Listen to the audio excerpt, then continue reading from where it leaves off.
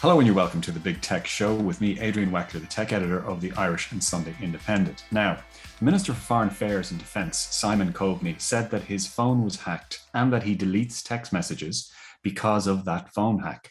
The rest of the country might see this as a political issue concerning a job for former Minister Catherine Zappone, but I'd like today to explore the serious issues raised by Minister Coveney around his phone being hacked, and also that he regularly deletes text messages from his phone. Now, before I go to our guests today, let me say that neither of Minister Coveney's departments, Foreign Affairs and Defence, he's the line minister in both, will answer questions about this. But what we know from Mr. Coveney's own remarks at successive Oireachtas committees is that A, his phone's hack was a phishing attack, a phishing attempt that resulted in others on his contact list being contacted.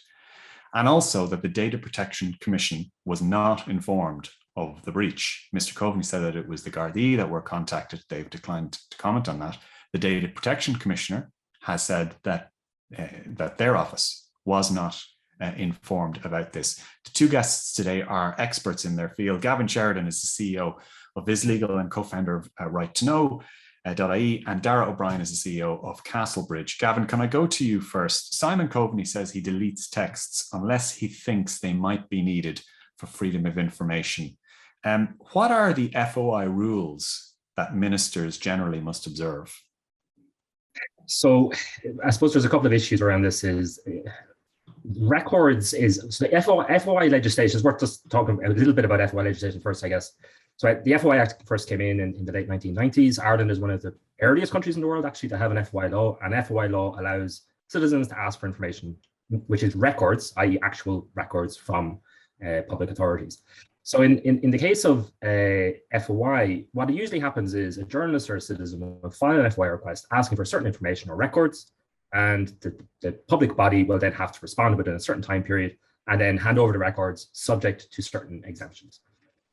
What's the issue here is that there's no kind of broad, except for maybe the National Archives Act, there's no formal kind of legislative footing for data retention or the retention of records at a kind of a legislative level the way there probably should be. But there's multiple overlapping layers of legislation to do with different pieces of legislation about what should or shouldn't be retained, but not necessarily for what purpose. So there's actually a kind of a civil service code, and this kind of came up a couple of years ago where journalists were seeking out WhatsApp conversations or email correspondence between officials. And essentially the Information Commissioner kind of said, well, there kind of should be some kind of standard here where records are retained. In the event that an FOI might be filed, partly because it's good practice. Records management is a key part of how any bureaucracy functions. So it seems logical that any public authority should not be going out just deleting records just in case someone FOIs them, that we need actually a historical record of how decisions are made, why decisions are made, who made the decision, why certain money has been spent on certain things and not something else. All of those things are usually written down either in the minutes of a meeting, in email correspondence, or in modern day communications in a text message conversation that might be on iMessage, it might be on WhatsApp, it might be on Signal, it might be on something. But in general, the guidance says that if a minister is communicating, even on their personal device, the records that are in that device, and if they're about government business, should be FOIable in principle, and those records should not be deleted on some kind of ad hoc basis.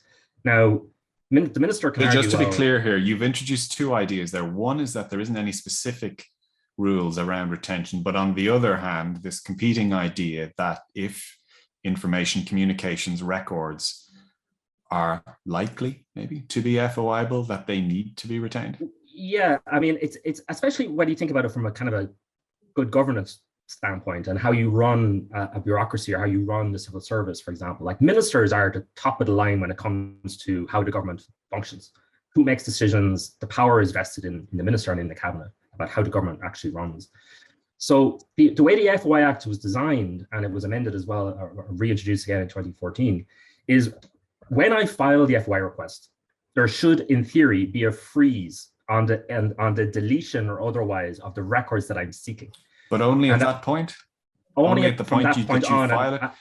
Yeah, and Simon Coveney kind of made this point in an interview, I think yesterday, where he was saying, look, I was deleting stuff, but it wasn't anything to do with government business. The problem with that statement, I think, is it's not up to him to decide what is or is not government business. because he's not independent. He has a conflict in deciding whether is or is not government business. He might choose to say something isn't government business that in fact is, if another person were to look at it. So it's not really up to the minister to decide that. Well, if it is not, but it is up to somebody who's answering the FOI request that might be filed. But if that person who's answering the FOI request makes the request of the minister's department, and that information is not there because it has been deleted, because the line minister has his or her own policy of deleting text messages for their own reasons, whatever they may be, that's a problem. I mean, how do we get around that? It is a problem, and technically you could argue it's a breach of the code that was introduced a couple of years ago around, and that being a punishable, not criminal offence, but a punishable offence, i.e. a sanctionable offence by the public authority in terms of you have breached the civil service code, you shouldn't have done that, so we're going to wrap you across the knuckles for breaching the code.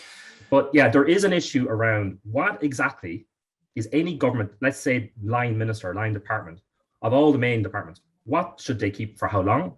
What's the legislative basis for that? We have the National Archives Act since the mid-1980s about what you're supposed to keep overall, because you know every Christmas you see the 30-year rule records being released and you say, oh, that was the decision Charlie Haughey made or whatever. That's all done under the National Archives Act.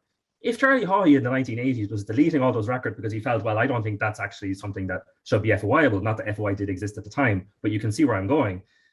A lot of stuff might have just been deleted or destroyed that we might actually rely on in the future to go, well, why were those decisions made? He made those decisions, and were they good decisions to make? Although it took a lot more in those days to actually physically destroy something. It wasn't in the privacy of your own car, just pushing a button on a phone. I remember working in the Sunday Business Post many, many years ago when a colleague of mine at the time, Frank Connolly, found a huge cache of documents in a dump belonging to a political party. It just wasn't that easy. It was more difficult and usually involved more people in destroying documents. But so where we are at the moment, if it is clear that a minister or a politician deletes texts off their own phone based on their own interpretation of what's right and wrong, right now, it seems you're saying that could be a violation of the code, but right now, effectively, they can do that with impunity. As far as I can see, yes. Okay. And that's down to, I mean, there was talk that we would, reform the reform the National Archives Act to bring it into line with digital information being stored. I remember, this isn't just about phones. We have exchange servers inside government departments and financial management systems that store hundreds of thousands of emails, millions of emails that are stored across systems. And we saw this with the HSE hack as well. Vast databases that contain huge amounts of information. All of that is subject to the FOI Act. Now, the question here is, well, what is the retention policy? Is the retention policy ad hoc? In other words, does each department decide, well, we're going to retain it for this length of time or that length of time? What's the standard? Is it set on a legislative basis? And then you have, as Darren might talk about, then you have other legislative interests around the GDPR, around about the Criminal Justice Act. There's other legislative provisions around what should or somebody retain and for how long. The question is, why haven't we got an overall standard for how all public bodies in the state should behave with this? And also guidance for ministers and public officials about what they can and can't do, and perhaps punishment if they breach it.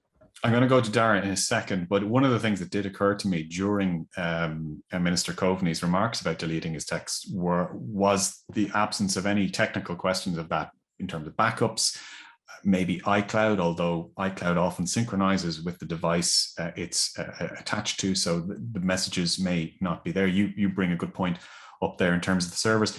The idea of using Signal came into this. A colleague of mine in the Sunday Independent, Hugh Connell, had a story at the weekend saying that a third of the cabinet now use Signal, but as you know, if you want to set Signal to delete messages automatically, you actually have to do that. It's not Snapchat, where the default setting is to delete or to disappear messages. I'm presuming, this is a stupid question, a layman's question, the FOI applies equally to Signal or Telegram as it does to WhatsApp.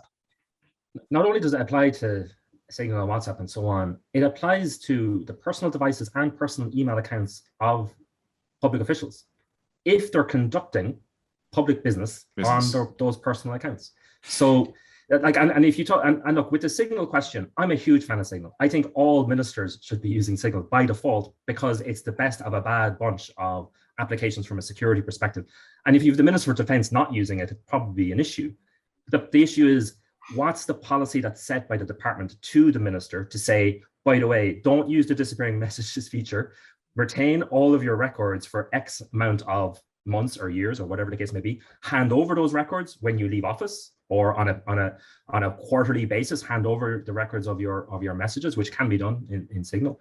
So when I'm looking at it, I'm looking at it from the point of view of, you know, both security and FOI. From the security perspective, where are Hugh Coveney's WhatsApp backups going? If they're going into iCloud, Simon are they Coveney, encrypted?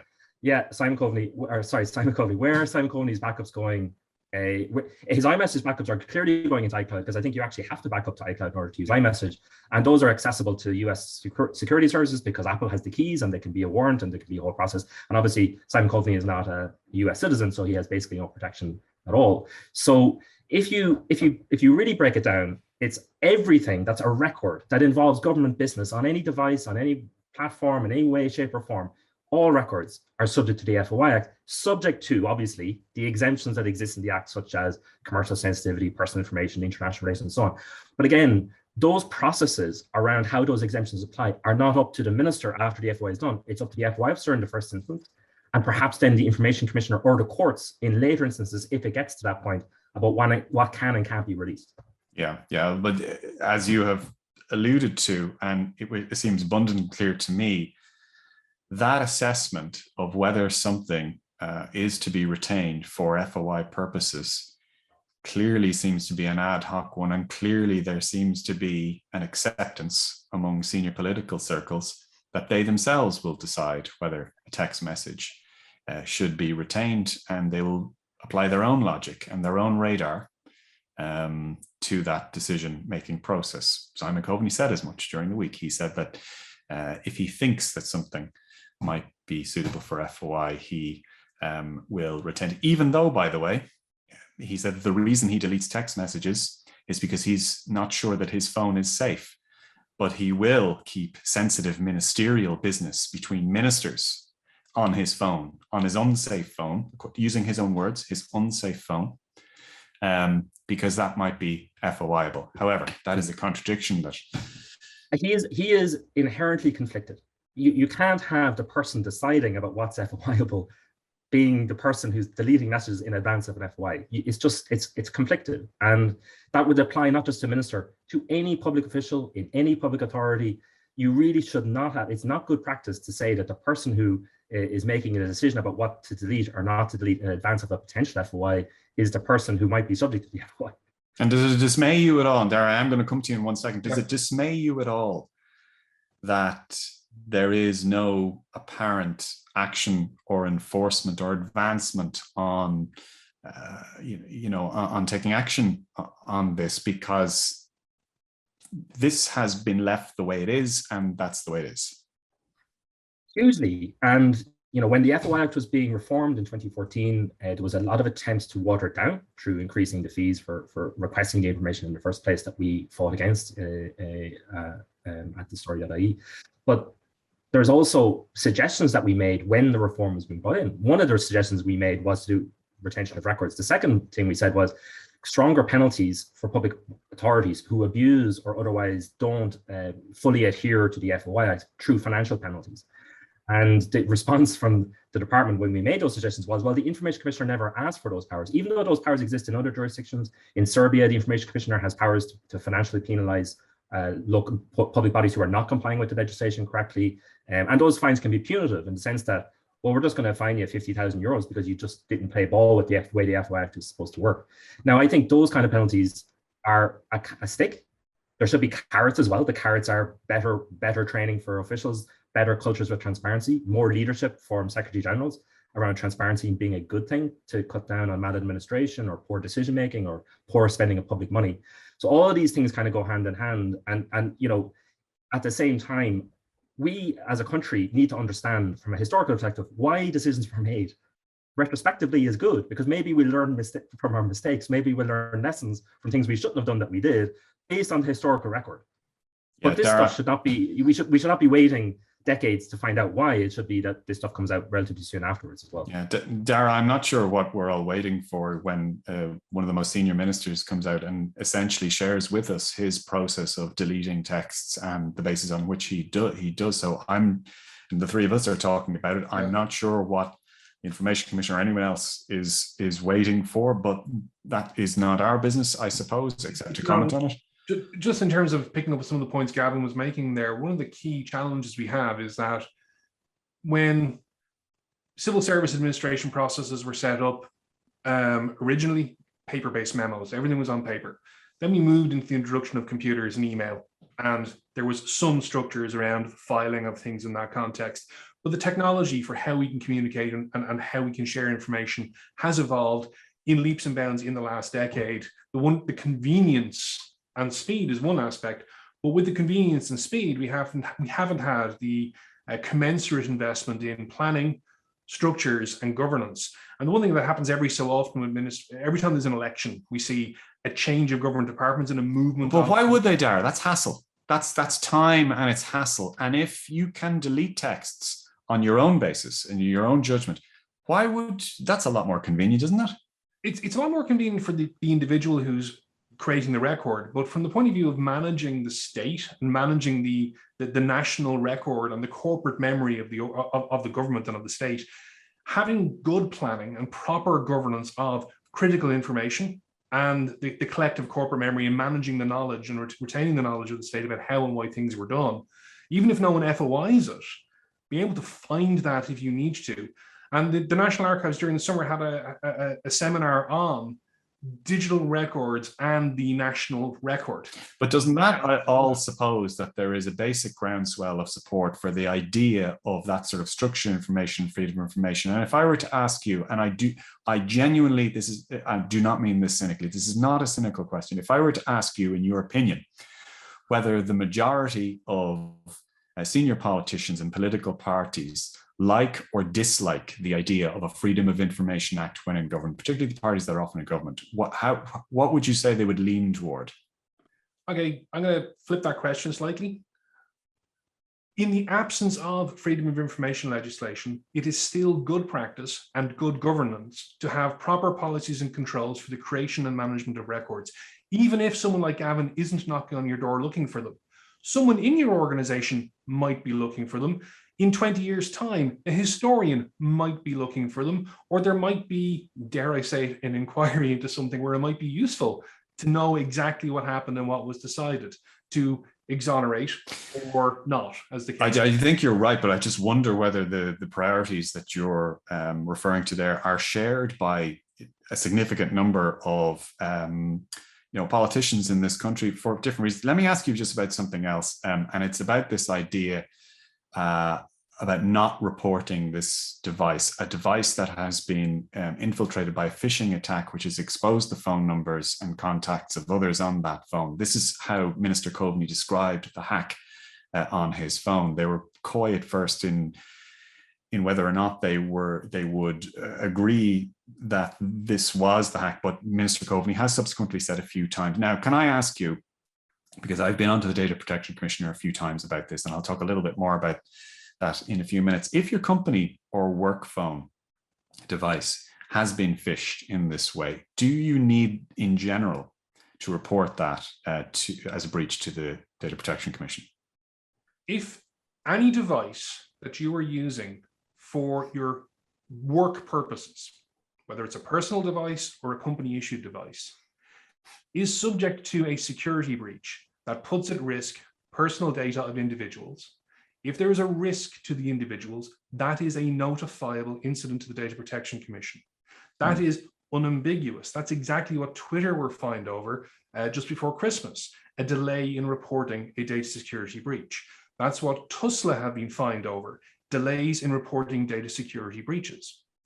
Now, to be clear, just so there's no ambiguity at all here, the Department of Foreign Affairs, in questions that I mean others have put to them, have said, and Minister Coveney has subsequently said that they came to an assessment that this was a hack in the realms of a cyber attack, we can't interrogate that assessment because they won't answer any more questions about it. So we can't say that they're wrong. We just can't interrogate it anymore. However, is it not true to say that just because something is a cyber attack or a hack, it may also be a personal data breach that may also attract a requirement to notify the Data Protection Commission? The definition, first of all, to deal with the statement from the department, a hack in the realm of a cyber attack, that's word salad. That means nothing. Well, that's what they say, and they won't let us interrogate it, so we can't say that that's wrong. All we can do is go on the information they have given us and look at what the law says. Well, what the law says is that where there is a breach of security leading to unauthorized access to or disclosure of personal data, and where there is a risk to the fundamental rights and freedoms of data subjects as a result of that, it must be notified to the Data Protection Commission within 72 hours. Notification to the affected data subjects is based on whether there is a high risk to their rights and freedoms. So contact list, information on the phone, depending on what that is, depending on the specifics, if there is a memo stored on the phone that relates to an individual who might be subject to... Well, let's look at the actual incident here. A phone that was compromised to the extent that others from that phone, and these are Minister Coveney's own words, as a result of this hack, others, Foreign Minister counterparts, were contacted as a result of this hack. So that is surely personal data being compromised. That is personal data, and bluntly dealing with clients on a regular basis where we have issues like this, phishing attacks like that are reported to the DPC. Who in a government department, like any other organization, might be responsible for assessing or deciding whether a breach should be notified to the DPC? This is where it gets interesting, because the Data Protection Officer has to evaluate and assess that. The Data Protection Officer's role is to ensure compliance with the Data Protection Acts and with GDPR. However, the actual act of notifying could be by the organization itself. The Data Protection Officer makes a recommendation. The Data Protection Officer might take the lead in filling out the breach notification, but there may be a decision taken that won't be done, and that puts the Data Protection Officer in an interesting position, because it is not one of the tasks of the Data Protection Officer to notify the Data Protection Commission of issues. Their job is oversight and to advice and training, and generally ensuring that there is good governance in the organization. However, under the Protected Disclosures Act, a Data Protection Officer could make a disclosure to the Data Protection Commission directly if they feel that the organization they are working within is not complying with legislation. I've actually just been looking at this for a blog post series we're going to be putting out on CastBridge website in the next few days, completely unrelated to this topic. It's just by coincidence I was looking at it. The issue then is the recommendation will be coming from the Data Protection Officer in the department, who is independent and should be independent from influence. People shouldn't be able to be instructed by the minister or a senior civil servant to not do their job. And their job is to say, this should be notified. And there's no suggestion here that has happened at all. Now, the Data Protection Commissioner says that it is not pursuing it. Sometimes the DPC here will get in contact with an organization if, for example, it sees reports of something that has happened and it's something of interest. It will just write to an organization or contact them and say, look, has this happened? Could you just come back to us and give us even a brief outline? The DPC says right now that they're not going to do that. And my understanding as to why they're not going to do that is that they are taking the department's word that it has made a genuine bona fide assessment that they did not need to file a breach notice to the DPC, that they dealt with it in the correct way. So if the DPC is not going to contact the department about a hacked phone that compromised the personal details of others, and if, for example, there's going to be no action taken on the minister deleting texts as and when he wants to, I do have to ask both of you the question, what message does it send to politicians and others looking at the enforcement or the adherence to data protection law and also to FOI that neither of these bodies, they may get involved at a future point, but at this point, with the knowledge that is publicly out there that we've discussed in detail on this podcast, neither of them is going to take action. And I do wonder what message that sends to politicians and everybody else about how serious we are with dealing with A, data privacy, and B, FOI. Gavin, do you want to go first? Yeah, I suppose there's a couple of really fundamental questions here. So if a meeting happens among public officials at a senior level in a government department and there's no minutes taken, did the meeting even happen? So like it's hard for somebody who's on the outside looking in to go, well, what decisions were made at that meeting? Who decided? What was the consensus? Was somebody against the position and somebody was in favor of it? How was the decision arrived at? If there's no minutes, who's to say, right? And there might be emails before and after the meeting, but then again, you could imagine that there might be an interest now to say, well, if there's no legislative provision that says, as such, we can't not delete stuff, we could just keep a data retention policy of 6 months. And after 6 months, everything goes down the memory hole. And you're like, well, then we'll never really know what went on or why, because I can't FOI it, because maybe I only find out about the fact that the meeting happened 7 months later, and I can't FOI because, oh, well, we've deleted that already. So there's a fundamental tension between how policies and also, I suppose, there's a tension between what are the vested interests of the people who are involved in the whole process. Is there a vested interest in secrecy? Absolutely, there's a culture of secrecy in a wide range of public authorities. Certainly something I've dealt with personally for a very long time. Is there a vested interest in not letting the public know why certain decisions were made? Absolutely, that happens all the time. The whole purpose of FOI legislation is to bring light to those decision-making processes, to understand why sometimes huge amounts of taxpayers' money are being spent on something, and whether we got value for money, for example. If those records are not being retained correctly or in a complete way, and we can't then access them, it poses a fundamental dilemma for democracy. It's, well, why were the decisions made? How are we supposed to know? If it's all gone down the memory hole, who cares? Like it actually, what it can do is engender a culture of not only secrecy, but potentially bad behavior. Like you can imagine if you're engendering a culture of secrecy, that can lead to dangerous consequences that we've seen in the past in this country, well, in my lifetime, where all sorts of bad stuff can happen. And I won't go into the detail, everybody knows what I'm talking about. All sorts of bad stuff, when a culture of secrecy pervades any public body, you can have all sorts of decisions being made for reasons that we don't understand, but benefit individuals or benefit companies or benefit people who we don't know why they benefited, but they did. And the whole reason FOI was brought in was to try and address that. Think about the time in Ireland in the late 90s when it was brought in. It was just after the Beef Tribunal. There was a whole other bunch of stuff going on.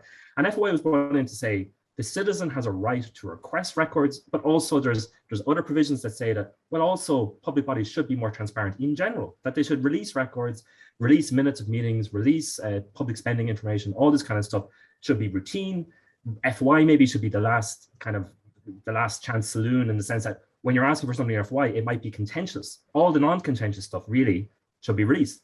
But I think really we're facing this tension here between, in whose interests are public officials or ministers acting? Are they acting in their own interests, or are they acting in the public interest?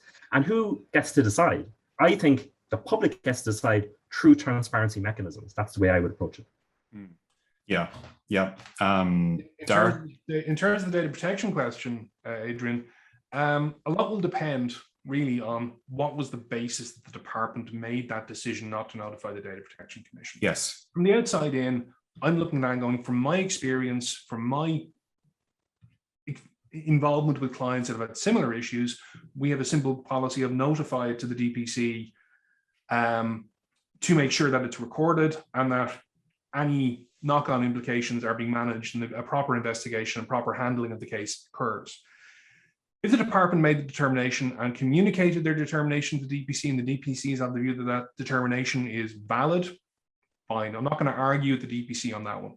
But if the DPC is taking on blind trust that a controller looked at an issue and said, that's fine, nothing to see here, that worries me. Because given the individual, given the responsibility in the hands of a minister, and given the okay, it was relatively trivial data potentially if it was a straightforward phishing attack, but if the phone was cloned, if it was more invasive security attack, which could happen in the future, those issues become a concern from a good governance perspective. The reason you notify the Data Protection Commission is so that you have the lessons learned and that there's some independent scrutiny on the actions you took from the regulator to make sure that it's done in the right way.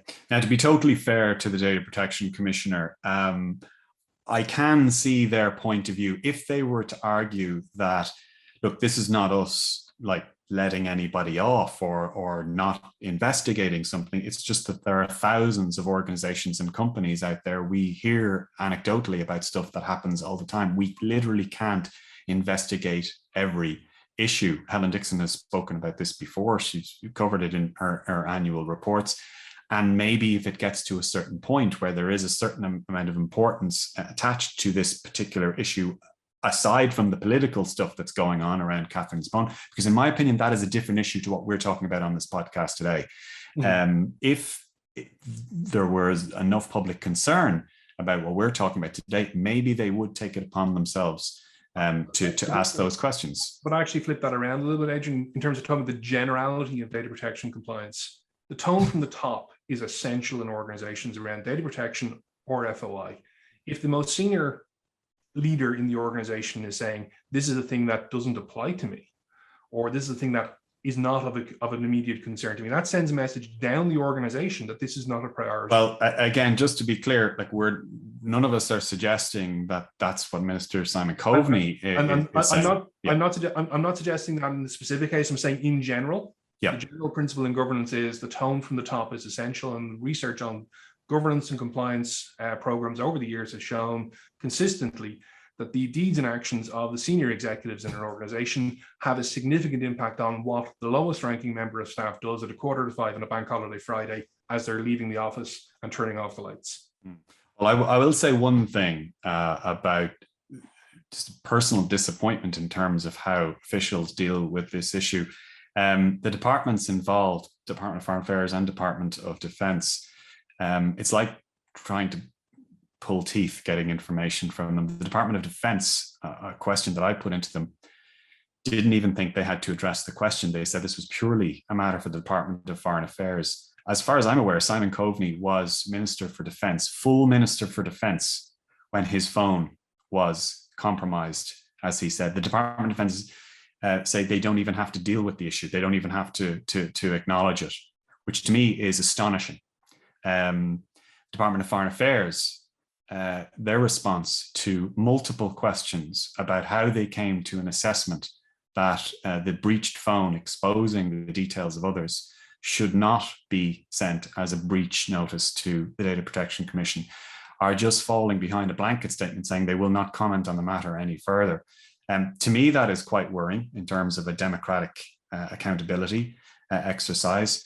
Minister Coveney has said that the tone that he adopted initially, which was the same tone the departments are adopting now, he described that as sloppy. He said yesterday in the Oireachtas committee, he apologized that his initial approach to answering these questions was sloppy. And he said that he had caused unnecessary confusion. And I don't think that has finished. I genuinely think that there are as many questions still about this issue, nothing to do with any job for Catherine's phone, but in terms of the very serious issues of a cabinet minister's phone being compromised. If this was the UK or France or the US, this would be, I think this would be the story. But you could also make the additional point, Adrian. Essentially, his phone is already compromised because if he's using WhatsApp, his backups are going into iCloud if he's using an iPhone, or Google Drive if he's using Android. They're already unencrypted. They're already subject to GCHQ, the NSA, Five Eyes. Warrants can be issued. He's the Minister for Defence and Foreign Affairs while Ireland is on the Security Council and is right now President of the Security Council. And I'm inclined to say, well, what parts of his phone are not currently compromised is more of a question for me, as far as surveillance is concerned. Yeah, I mean that's a good general background point. Certainly, there's nobody, and Minister Coveney actually did make this point himself. Look, I tend to think that any modern telecommunications now is not exactly 100% secure. That's a point well taken. But there are levels, and here we have an actual incident, an event, a compromised event on a phone. Now, he said he handed the phone into Department of Foreign Affairs and they gave him a new one. I presume it was a new iPhone 12 Pro Max, because that's what he seems to be using at the moment. And all of the backups and access or lack of access to data from those, cloud mechanisms will be there. But this was an actual compromised phone. And there doesn't seem to even be any curiosity as to who was behind the attack. That whole part of the discussion is completely absent. There is no interest, no concern. Who benefited from the attack? Was anything stolen? Were any of Minister Coveney's colleagues' phones compromised? The Taoiseach Leo Varadkar said that Mr. Coveney hadn't told him about it, and nor had his department. It's inconceivable that those two ministers are not in regular contact on certainly a weekly, if not a daily basis. Like, what other senior contacts in the EU, in the UK, in the UN Security Council is Minister Coveney in contact with? And why isn't there even an interest or a curiosity among his department? Just to kind of step back slightly from the big picture there that you're painting, one of the key things what I'd be looking at is WhatsApp. One of the key things you have with WhatsApp is the content of messages is encrypted, but the metadata about who you're messaging and who your network is and who's in your groups and how often you message people is available not just to nefarious operatives or the intelligence agencies of world governments, but to the marketing department of WhatsApp. And that data indicates, not just from the point of view of the minister or anyone using WhatsApp, I don't want to talk about a specific individual, the user of WhatsApp, that, as I've spoken to you about this before on previous podcasts, that social graph, that network mapping that can be done about who your contacts are and who you have close relationships with is incredibly valuable for marketers, but it would also be incredibly valuable for anyone who's looking for vulnerabilities in a person of interest, in a target that they were seeking to compromise. It mightn't be someone that's publicly known or widely known has a link, but if they're messaging regularly and that data is known and there's a breadcrumb trail there, that's useful intelligence, which WhatsApp sell for marketing purposes. You could also say that, if you were to take your example, Adrian, which is the quote unquote bad actors, let's say, who want to compromise a device for a specific reason or for whatever purpose, we have well-known private sector actors who are hired by governments in the world who are tasked with hacking devices of senior officials in governments. That's correct. And they do it through a variety of mechanisms, including phishing attacks, including attachments that then quote unquote pwn the device or whatever you want to call it, and then the device is compromised completely. In other words, you can even replicate the phone calls, the whole, you can virtualize the device, you can do a whole bunch of things, who are bad actors who might try to use the information that they gather, resell it, use it as leverage, use it as all sorts of different things. Then you also have the other possibility, which sometimes we talk about, which is cell site simulators or stingrays that could just be put up around Leinster House and then just track all the devices around government buildings. So, there are bad actors out there who have a vested interest in attacking devices of high-ranking ministers in any state. Now, you might think, well, why would they attack Ireland? We're a small country, but there are good reasons to do it if you want to seek leverage or you want to get compromising information. It's at least worth a discussion. It's at least worth somebody at a departmental level, at a political level, at an administrative level, in a data protection level. It's at least somebody, worth somebody asking that question. And the other alternative is this was simply a jumped up script kiddie who got access to a list of numbers, texted them all randomly to see what would happen. If that was the assessment, though, the department came to, then why it somewhat softens the rationale for a minister repeating that his phone was hacked in the realm of a cyber attack. But I think that comes down to a couple of things, though, and it's cultural. I actually don't think a lot of senior ministers know what a hack is, or know even how to describe it, or even know if they were hacked. Are we kind of letting them off the hook? I don't disagree with you, but are we kind of letting them off the hook there? All this fancy IT stuff. I don't know about all that sort of stuff. And I think that's also a cultural problem within perhaps government departments who also don't have a lot of technical or sufficient technical knowledge as potentially they should, given the data that they are custodians of, right? Then yeah. And I think so we have a guy who's on the UN Security Council who may not know what a hack is, who may have never been trained, who may have never actually got a class in it, who may have never, because there's no culture of information security inside the civil service the way potentially that there should be. Remember, after the HSE hack, we were kind of picking up the pieces after something that should have been prevented. It wasn't that these are all things that are to a large degree preventable, but we just don't have a culture of doing it. The story of 2021, other than COVID, is Ireland being ransacked by IT security, by ransomware. Is it conceivable that after all we have been through this year, 100 million euro, people probably who have died because they couldn't get their health, is it conceivable that we still have a political class who can claim that they don't know anything about this hacking stuff? Unfortunately, I think it is. And I tend to apply Hannon's razor to this, which is never put down to malice, that which can be described as stupidity or incompetence. So I tend to lean towards people just don't know what they're doing. And I don't mean that as a get-out clause. I think that's ridiculous. I think the fact that we're in 2021 and we're having these conversations about minister devices or the HSE being hacked and saying somehow, well, that's just the way of the world, isn't good enough, as I think Dara would agree. And this goes back to what I said earlier on about tone from the top. If a senior executive of any organization is going out to issue a statement saying they were hacked, they need to be clear what they mean by that. And that knowledge... They're not being clear. They don't want to talk anymore about it.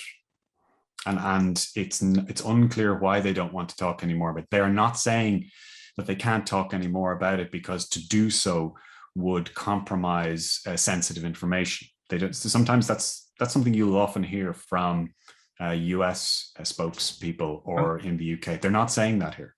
No, and that's a challenge. And in the year we've had, particularly after the HSE attack, for any senior exec, any government minister, any senior public official, or any private sector official, to be going out in front of the media talking about an issue without being really clear on what the terminology they're using is and being crystal clear what the issue and incident was and what was done to mitigate it is a complete failure of communications for a start. But also, I'd argue it's a failure of culture and governance because those controls and those frameworks are obviously not in place to the level they should be to make sure that a senior minister doesn't have to go back to an Oireachtas committee a second time to clarify. Yeah, well, look, I just hope that we're not going to have another Oireachtas committee in a couple of months' time based on the lack of detail and information around initial reports of a hacked phone that subsequently turned out to do something else. I hope that won't turn out to be the case, but it's well worth us discussing. And I thank you both for your very expert and in-depth views on this today. So that's all we have time for this week. I'd like to thank Gavin Sheridan, CEO of VisLegal and co-founder of RightToKnow.ie, and Dara O'Brien, CEO of Castlebridge, for I hope was an educational podcast on what this topic is about. For me, Adrian Weckler, the tech editor of the Irish and Sunday Independent, I'll talk to you same time next week. Bye-bye.